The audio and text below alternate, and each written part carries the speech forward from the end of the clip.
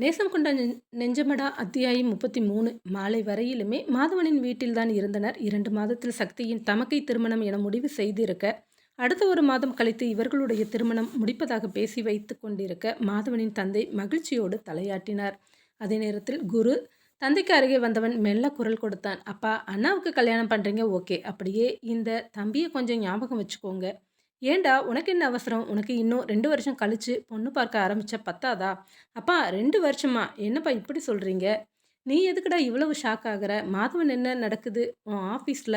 இவன் வேற ஏதாவது பொண்ண சைட் அடிக்கிறானா என்ன? இவன்கிட்ட அந்த அளவுக்கு திறமையெல்லாம் கிடையாது. வந்து என ஆரம்பிக்கும் போதே வேகமாக ஜான்வியை அழைத்துக்கொண்டு தந்தையின் காலில் விழுந்திருந்தான். அங்கிள், எங்கள ஆசீர்வாதம் பண்ணுங்க என்று ஜான்வி கூற, குருவோ சாஷ்டாங்கமாக நிமிர்ந்து காலில் விழுந்திருந்தான். சட்டென பார்க்கவும் சிரித்து விட்டனர். என்னடா நடக்குது இங்க? என்ன செஞ்சுக்கிட்டு இருக்கிற? எல்லாம் சரி, அதுக்கு இப்படியா? வேற வழியே இல்லையேப்பா. நீங்க ஓகே சொன்னா தானே எல்லாமே நடக்கும். எங்க விஷயம் அண்ணா உங்களுக்கு கூட அந்த அளவுக்கு தெரியுமான்னு தெரியல. என்னால ரொம்ப நாள் எல்லாம் காத்திருக்க முடியாதுப்பா. ஆல்ரெடி இப்பவே இந்த பொண்ணு என்ன 2 வருஷத்துக்கு மேல காதலிச்சுக்கிட்டு இருக்கிறா. இதுக்கு மேல டைம் கொடுக்கறது நல்லதில்லன்னு தோணுது. சரிடா சரி. அதுக்காக உடனே பண்ணி வைக்க முடியுமா? அவனுக்கு கல்யாணம் முடிஞ்சு ஒரு 6 மாசமாவது டைம் வேண்டாமா? 6 மாசமா? அவ்வளவு நாள் எதுக்குப்பா? பின்ன வேற என்ன செய்ய சொல்ற? அப்பா, அண்ணா கல்யாண மேடையிலேயே ஒரு 2 செகண்ட் அவன நகர சொல்லிட்டு 2டே 2 நிமிஷம் அந்த மேடைய கடன் கொடுத்தீங்கன்னா, அந்த கல்யாண மண்டபத்திலேயே நானும் கல்யாணத்த முடிச்சுக்குவேன். ஏன் அண்ணன், தம்பி 2 பேருக்குமே ஒரே மண்டபத்தில, ஒரே நேரத்தில கல்யாணம் பண்ணிக்கிறதுல உங்களுக்கு ஏதாவது வருத்தம் இருக்குதா என்ன? அட பாவி! இப்படியா மாறுவே? என மாதவன் கேட்க, பின்ன டைம் கிடைக்கும்போது மனசுல என்ன இருக்குதோ அதெல்லாம் சொல்லிடணும். மனசுக்குள்ள சொல்லாம இருந்தா பின்னாடி ஏதாவது பிரச்சனைன்னா, உட்கார்ந்து அழக்கூடாதுல்ல. என்னப்பா நான் சொல்றது கரெக்ட் தானே? சட்டென அங்கிருந்த அனைவருமே சிரிக்க ஆரம்பித்தனர். அப்புறம் சக்தி, இனி அங்க வேலை செய்யணுமா? அப்பா, இதெல்லாம் டூ மச்ப்பா. நான் ஏற்கனவே உங்ககிட்ட சொல்லியாச்சு. மாதவன் சார், நீங்க என்ன சொல்றீங்க? நான் வேலைக்கு வரலாமா? இல்ல வீட்ல தான் இருக்கணுமா? ஐயோ! உன்ன யாரும் வேண்டான்னு சொன்னாங்க? அங்கிள், இந்த மாதிரி எல்லாம் முடிவு எடுத்துடாதீங்க. கல்யாணத்துக்கு 4 நாளைக்கு முன்னாடி தான் உங்க பொண்ண நீங்க அழைச்சிட்டு போகணும். இது என்னோட ஆர்டர். நான் இதுவரைக்கும் சக்தி கிட்ட நெறைய சண்ட தான் போட்டுருக்கிறேன். மனச விட்டு ஒரு நாள் கூட பேசினதில்ல. இனிமே பேசப் போறேன். அவ கூட ரொம்பவுமே நல்ல விதமா பழகணும்னு ஆசைப்படுறேன். அதனால கட்டாயமா நீங்க மறுப்பு சொல்லக்கூடாது. சரி, ஒரு விஷயத்த 2 பேருமே ஞாபகம் வச்சுக்கணும். மாதவா, நீ மட்டுமல்ல, குரு நீயும் தான். உன்னோட வாழ்க்கை துணை 2 பேருமே உங்க ஆஃபீஸ்ல இருக்கிறாங்கன்னு கவனமெல்லாம் அவங்க மேல இருந்தா, உங்களோட வேலை எப்படி நடக்கும்? இத பத்தி யோசிச்சீங்களா? பாட்டி, என்ன பாட்டி இப்படி சொல்லிட்டீங்க? அண்ணா எல்லாம் இந்த விஷயத்துல ரொம்ப ஸ்ட்ரிக்ட்டு. அண்ணாவ நம்பி யார வேணும்னாலும் கூட விடலாம். தப்பா எதுவும் நடக்காது. அப்படின்னா, நீ தான் சரியில்லன்னு சொல்ல வரியா? ஐயோ பாட்டி! என்ன பாட்டி இப்படியெல்லாம் பேசுறீங்க? என்னையும் தாராளமா நம்பலாம். நான் என்னோட அண்ணா 2 பேருமே அப்பாவோட வளர்ப்பு. நிச்சயமா தப்பு செய்ய மாட்டோம். கவலையே படாதீங்க. கல்யாணம் நடக்கிற கடைசி நிமிஷம் வரைக்கும் ஆஃபீஸ்ல இருக்கிற யாருக்குமே இந்த விஷயம் தெரியாம நாங்க பார்த்துக்குவோம். அந்த அளவுக்கு நேர்மையா, நியாயமா நடந்துக்குவோம். எங்கள நம்பி தாராளமா அனுப்பி வைக்கலாம் என்றவன் சக்தி, ஏதாவது சொல்லுங்களேன். பாட்டி, நான் தான் முன்னாடியே உங்ககிட்ட சொன்னேன்ல, எனக்கு கன்டென்ட் ரைட்டிங்னா ரொம்ப பிடிக்கும். நெறைய எழுதணும். இன்னும் கொஞ்ச நாளைக்கு அங்க ஆஃபீஸ்ல வேலை செய்றேன். நிச்சயமா கல்யாணத்துக்கு பிறகு அங்க போகலாமா? வேண்டாமா? என்கிறத பத்தி யோசிக்கலாம். இப்போ கல்யாணம் வரைக்கும் நான் அங்க போறேன். எனக்கு மாதவன நல்லாவே தெரியும். நீங்க கவலைப்படாதீங்க. அப்புறமா நான் உங்க பேத்தி பாட்டி. தப்பா நிச்சயமா பண்ண மாட்டேன். நிச்சயமா அவர் என்கிட்ட வந்தாருன்னா கூட நான் உங்ககிட்ட சொல்லிர்றேன். எப்படி?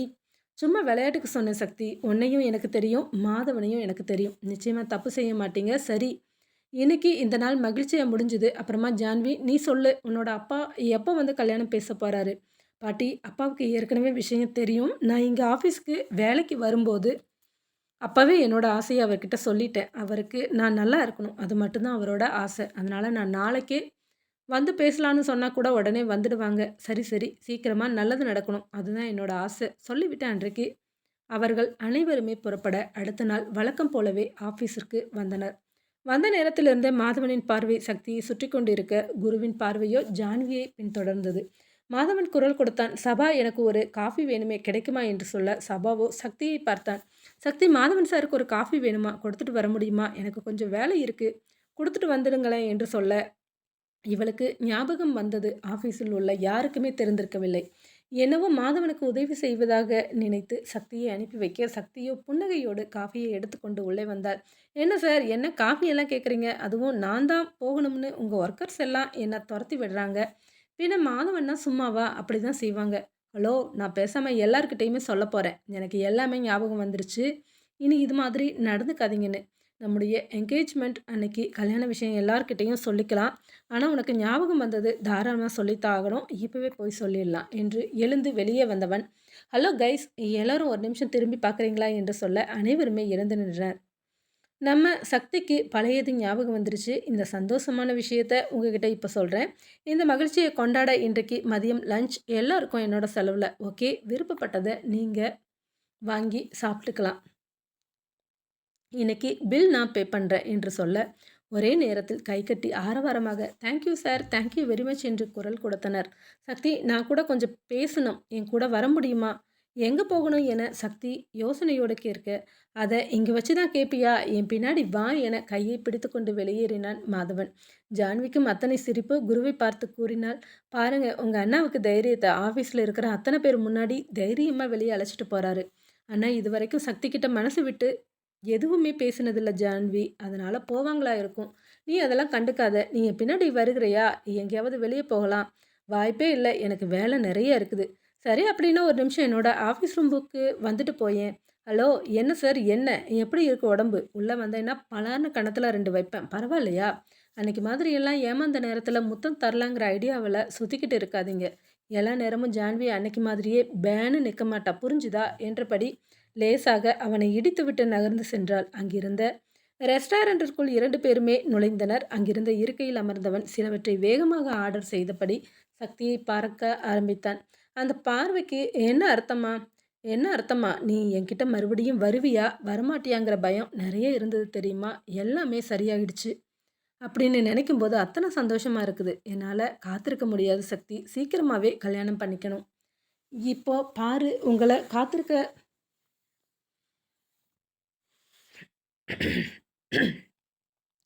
இப்போ யார் உங்களை காத்திருக்க சொன்னாங்க? அக்காவோட கல்யாணத்துக்கு இன்னமும் 2 மாதம்தான் இருக்குது. நல்லா யோசித்து ஒரு முடிவு எடுத்திருக்கிறேன் மாதவன்.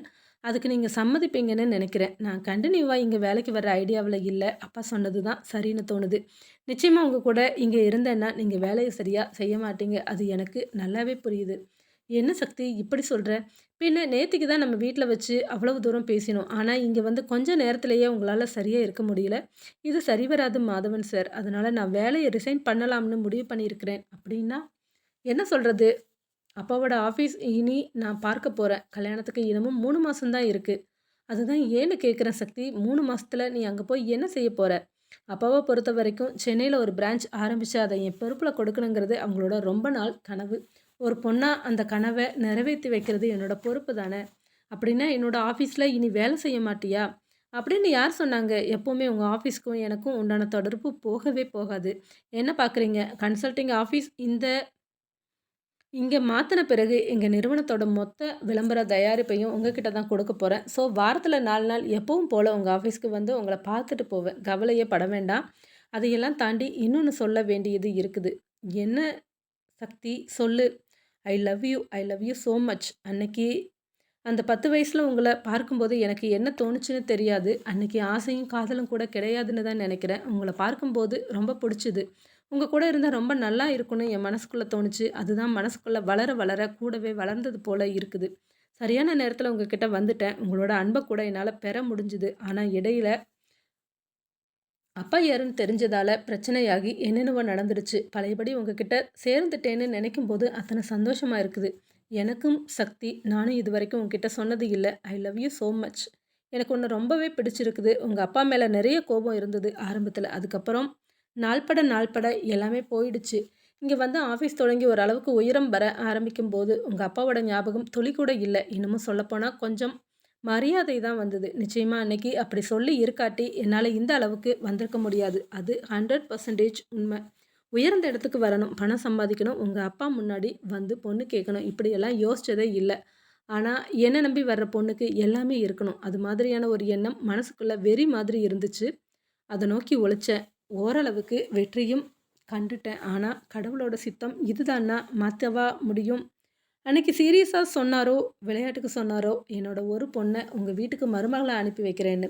கடவுள் கூட அந்த நிமிஷமே ஆசீர்வாதம் பண்ணிட்டாரு போல இருக்கு. நீ கரெக்டாக என்கிட்ட வந்து சேர்ந்துட்ட. உண்மைதான் மாதவன், என் மனசுக்கு இப்போ நிறைவாக இருக்குது. நான் இந்த ஆஃபீஸ்க்கு வரும்போது நிறைய பயம் குழப்பம் இருந்துச்சு.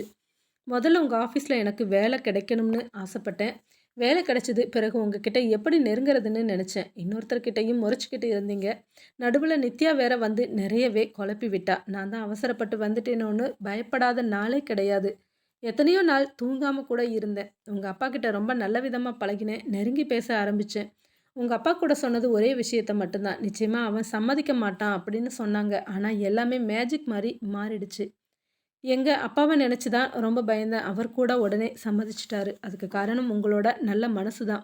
எந்த ஒரு மனுஷனுக்குமே சுயநினைவு இல்லாம பழகியதையெல்லாம் மறந்துட்டு கிட்டத்தட்ட பைத்தியம் மாதிரி இருக்கிற ஒரு பொண்ண கல்யாணம் பண்ணிக்குவேன்னு சொல்ல மாட்டாங்க. நீங்க சொன்னீங்க. அந்த செகண்ட் அப்பாவோட மனசு மாறிடுச்சு. எல்லாமே நல்ல விதமா நடந்துடுச்சு. ரொம்ப தேங்க்ஸ். நான் இன்னைக்கு மட்டும் தான் இங்க இருப்பேன். நாளைக்கு காலையில அப்பாகிட்ட போறேன். நீங்க இதுக்கு சம்மதிக்கணும்.